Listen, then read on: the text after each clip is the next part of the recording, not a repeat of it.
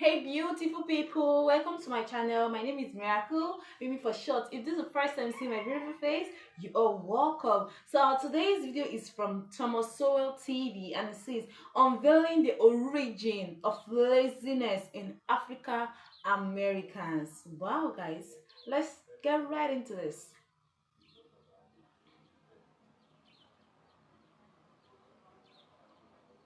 Observers of the white population of the antebellum South often commented not only on their poverty, but also on their lack of industriousness or entrepreneurship. A contemporary characterized many white Southerners as too poor to keep slaves and too proud to work. A landmark history of agriculture in the antebellum South described the poor whites this way. They cultivated in a casual and careless fashion small patches of corn or rice, sweet potatoes, cowpeas, and garden products. Women and children did a large part of the work. The men spent their time principally in hunting or idleness. The men were inveterate drunkards, and sometimes the women joined them in drinking inferior whiskey. Licentiousness was prevalent among them. Among their equals, the men were quarrelsome and inclined to crimes of violence. The poor whites were densely ignorant. Their labors tended to be intermittent, often when they were pressed for money rather than a steady employment career. Frederick Law Olmsted called it lazy poverty, with whatever work they did being done in a thoughtless manner. Summarizing his observations in the antebellum South, Olmsted said, "I know that while men seldom want an abundance of coarse food in the cotton states, the proportion of the free white men who live as well in any aspect as our working classes in the North, on an average, is small, and that the citizens of the cotton states, as a whole, are poor. They work little, and that little, badly. They earn little, they sell little, they buy little, and they have little, very little, of the common comforts and consolations of civilized life.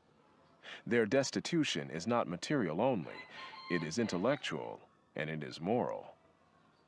When Olmsted found work done efficiently, promptly, and well during his travels through the South, when he found well-run businesses, good libraries, impressive churches, and efficiently functioning institutions in general, he almost invariably found them to be run by Northerners, foreigners, or Jews.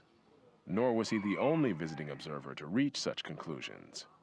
Another observed that nearly all of the Old South's successful storekeepers were either Yankees or Yankee-trained Southerners. A French visitor said that when you saw a plantation in better condition than others, you would often discover that it was owned by someone from the North. A history of Southern agriculture presented this picture of North Carolina in the early 18th century.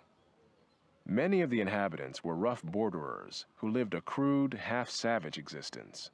Some were herdsmen, dependent mainly on the product of the range and under the necessity of eating meat without bread. There were also many thriftless and lazy families who had been attracted to the country by the mild climate and the ease with which a bare livelihood could be obtained by hunting and fishing, raising a little corn and keeping a few head of swine, and possibly a cow or two on the range. On the other hand, there were small farmers, many of Northern or European extraction, living industrious and thrifty lives amidst a rude abundance and considerable diversity of food supplies. They maintained good-sized herds of cattle, swine, and sheep, and the women made butter and cheese. Guys, it's so sad that it's just really so sad that a state that's governed by a government today support and encourages a lifetime of lazy poverty at the at the expense of others. Seriously, it's just so sad. One of Frederick Law Olmsted's complaints during his travels through the antebellum South was the scarcity of butter, despite all the cows he saw. Even among plantation owners, he said, as for butter, some have heard of it, some have seen it, but few have eaten it. Hard data support his conclusions about the scarcity of butter in the antebellum South, despite an abundance of cows.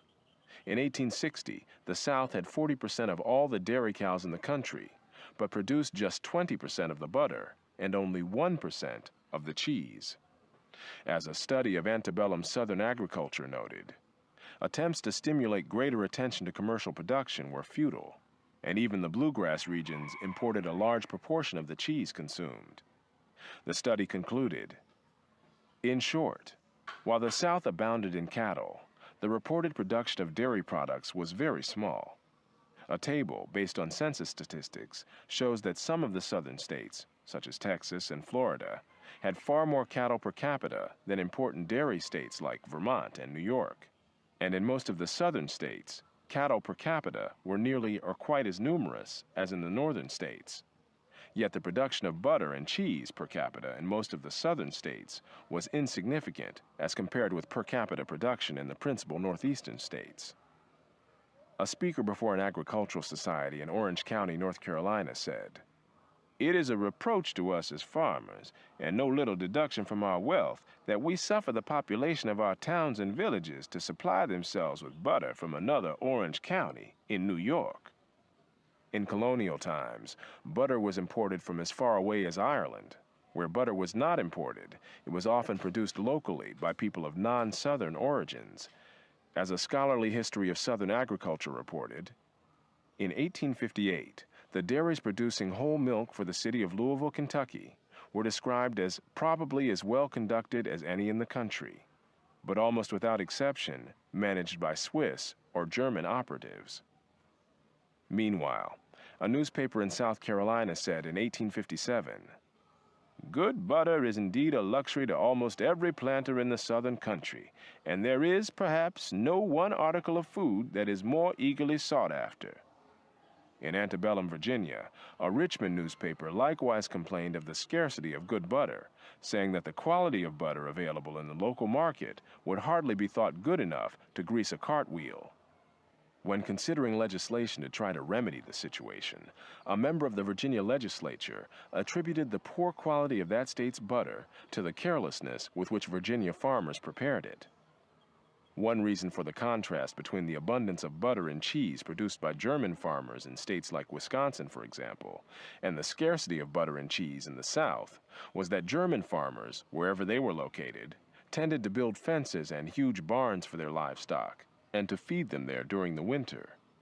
Southerners more often let their cows and hogs roam freely during the winter, even though this meant that in the spring they turned up half-starved and it took the summer for them to put on normal weight.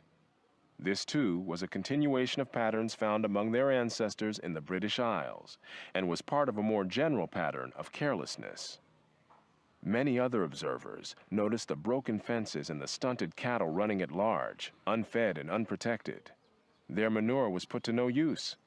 Artificial pasture long remained a rarity, and few farmers stored feed for the winter.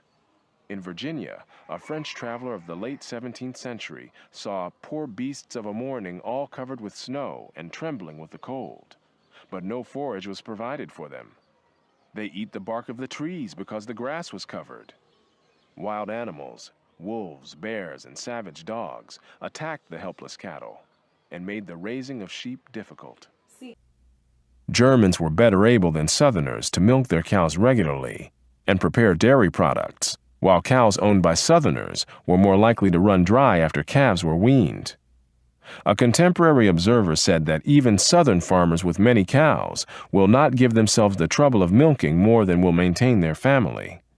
As late as the 1930s, a scholar studying the geography and economy of the South wrote, "The close attention to duty, the habits of steady, skillful routine accepted by butterfat producers of Wisconsin as a matter of fact, are traits not yet present in Southern culture."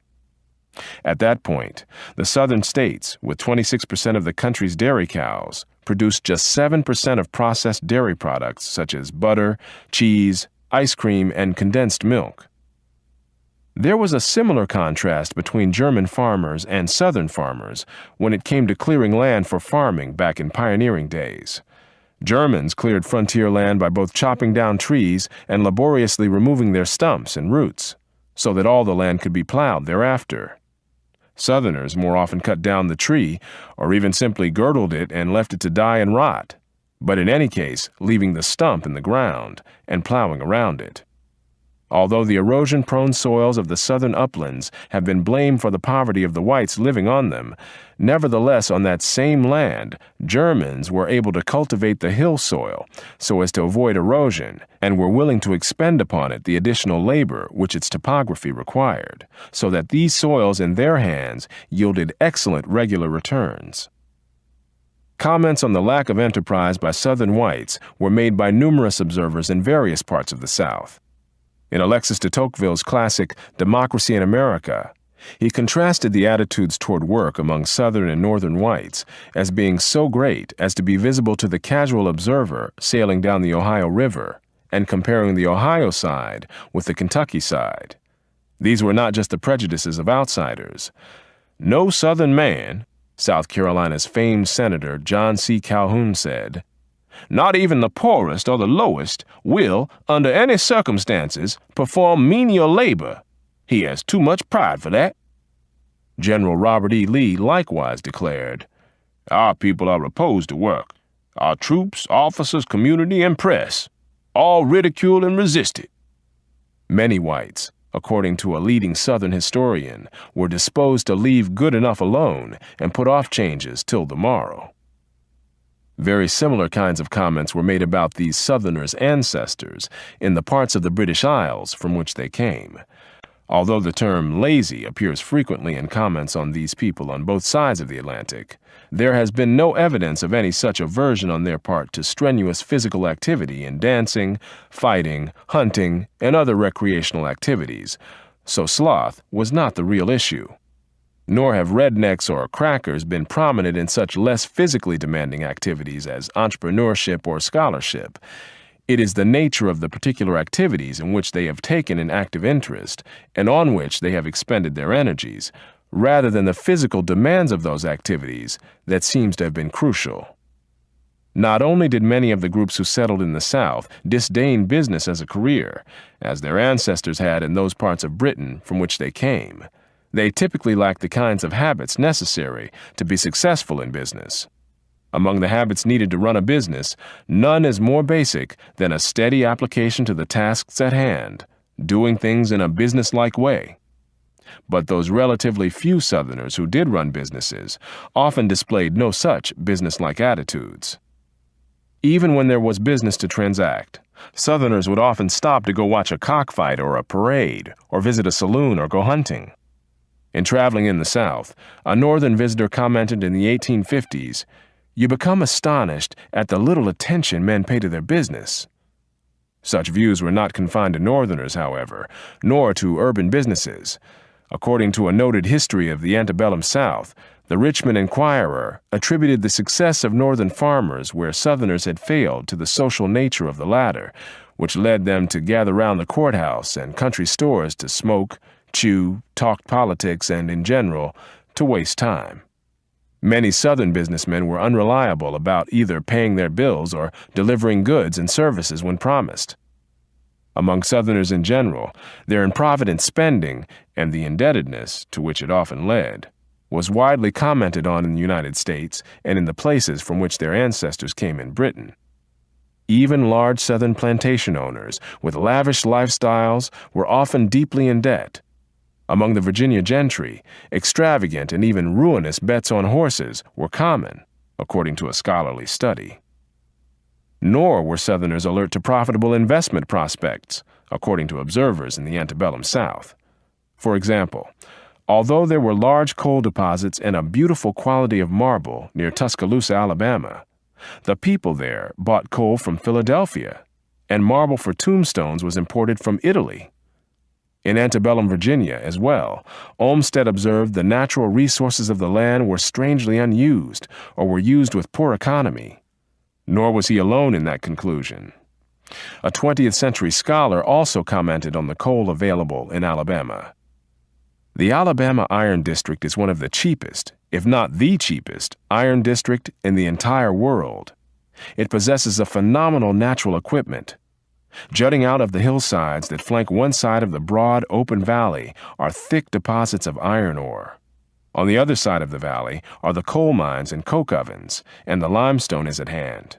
Instead of carrying ore 1,000 miles, as at Pittsburgh and the English furnaces, or fuel 600 miles, as at Lake Champlain, the raw materials for these southern furnaces are shifted across the valley by switching engines, and the local supply of cheap black labor helps to give a wonderfully low cost. Yet it was more than 20 years after the Civil War before Birmingham became an iron and steel production center. As for the reasons for the belated development of such a promising combination of natural resources, in spite of the favors of geography, the iron and steel industry in the South was slow in its beginnings and development. Like everything Southern, the industry was retarded by lack of capital and technical skill. Capital was available from outside the South, or indeed from outside the country, as foreign capital was used to finance the building of the Pennsylvania Railroad and the Illinois Central during the same era. But the other factors had to be there to create a promising prospect of profitability that would attract investment. The difficulties of developing those other factors in Alabama was shown by the fact that in 1888, Birmingham saw its first ton of steel run through the furnaces of the Henderson Steel Company and burn out the crude furnace linings in the process. Early explorers and settlers in the antebellum South wrote in glowing terms of the wild fruits, especially the wild grapes of unusual size which excited extravagant hopes of the development of wine industries. Yet early attempts to find a market for Southern wine in Britain were ruined by the fact that a sample of wine that was sent across the Atlantic spoiled in the musty casks in which Southerners had carelessly shipped it. Later efforts to establish a wine industry in the South were undertaken by foreigners, French, German, and Portuguese.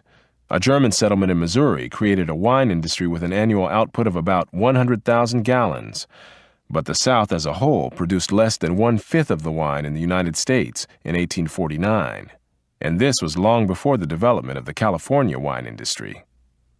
As late as the beginning of the 20th century, there were still laments about the opportunities in the South missed by Southerners and put to use by outsiders with different patterns of behavior. Landowners in Alabama were said to have cheated themselves out of millions of dollars by failing to see the opportunities within their grasp, which lumbermen from the North and East seized by cutting trees and shipping the lumber around the world. Some Southerners along the Gulf Coast likewise spoke of the golden opportunities which they failed to grasp, of the numerous successes of Northern and Eastern men, and lamented the passing of the old school of gentlemen, the midday mint juleps, and the easygoing business methods. Some of these Southerners, however, seemed to prosper working shoulder to shoulder with the Yankees. Not only in the South, but in the communities from which white Southerners had come in the Scottish Highlands, in Ulster and in Wales of an earlier era, most of the successful businessmen were outsiders. Even the poorest Highland Scots would not skin their horses when they died. Instead, Scots sold their dead horses for 3 pence to English soldiers, who in turn got 6 pence for the skinned carcass and another 2 shillings for the hide. This was not due to a lack of knowledge of skinning. In earlier times, when Scotland and England were at war, one of the atrocities committed by the Scots was skinning captured English officers alive. During the 16th century border feuds, the Johnston-Johnson clan adorned their houses with the flayed skins of their enemies, the Maxwells. It was not the skill that was lacking, but the enterprise. Guys, a culture of being victim seems to be the overwhelming culture. It's a culture, not a limitation. I think it depends on the culture and upbringing of someone. But guys, do you know that I was going through all this history of slavery? I was like going through, I was making my own research of some things. Do you know that I found out those days the slave trade owners, especially those of them that have a plantation, do you know that they prefer and liked the black slaves more than the white slaves? Do you know that? Do you know why is the reason for that? Because those people work so hard. Like they work as if, I don't even know how to explain. No, like those people, if they work really, really hard, that was why they were liked. Like, and they were their favorite. Then they work really, really hard. But in this present time, the reverse is the case. You see someone crying, I'm oppressed, I'm a victim, I'm that, racism. Guys, if you stand up and work and have your own money. Nobody will oppress you. Nobody will oppress you. Sit up, stand up, go in there, you hustle, you work. Don't feel too entitled to something. Or those of you waiting for reparations. Reparation. Guys, see, in Nigeria here, our Nigeria, I know Nigeria is not perfect. I know Nigeria is in chaos right now. Everybody's crying for hunger because things are rapidly getting higher and higher. The cost of living is becoming so high. But guys, that doesn't stop some of us to stop working or feeling entitled or feeling oppressed or feeling victimized. No, everybody is up and doing, working so hard to make a living, to make something out of themselves, to make name for themselves. So why can't you do that? It's not that I'm against the black Americans or I hate them. We are all one because we are all blacks. We are all American. Just like you guys are African Americans and we are African. But guys, you can do more than that. And than for you to just sit around and lazy around doing nothing. See guys, is it not better for you to suffer now and enjoy later? Is it not? Or do you want to enjoy now and suffer? That's what my mom usually tell me. She tell me, Miracle, suffer now, no, hustle now, so that when you get there, you will enjoy. Nothing will stop you from enjoying. Nothing will stop you from getting there. Nothing will stop you from getting what you want. Nothing will stop you from entering any place you want to go. That's what my mom usually tell me. So who wouldn't want to sit upright, up and doing and make his or her parent proud? That for you to be lazing around, going up and down, going to places that you are not even needed, going to doing things unnecessary with your life. Who does that? Guys, this is 2024. Make use of your time. Make use of your hands, your legs. Be up and doing. Thomas Sowell is a legend. He's truly, truly, truly a legend. I just love for the fact that he normally bring all these things to light. To be frank, let me know your thoughts are in the comment section. Let me know how you. Let me just know what your thoughts are in the comment section. Like, watch, and subscribe to my channel. And have a wonderful day ahead. Bye bye.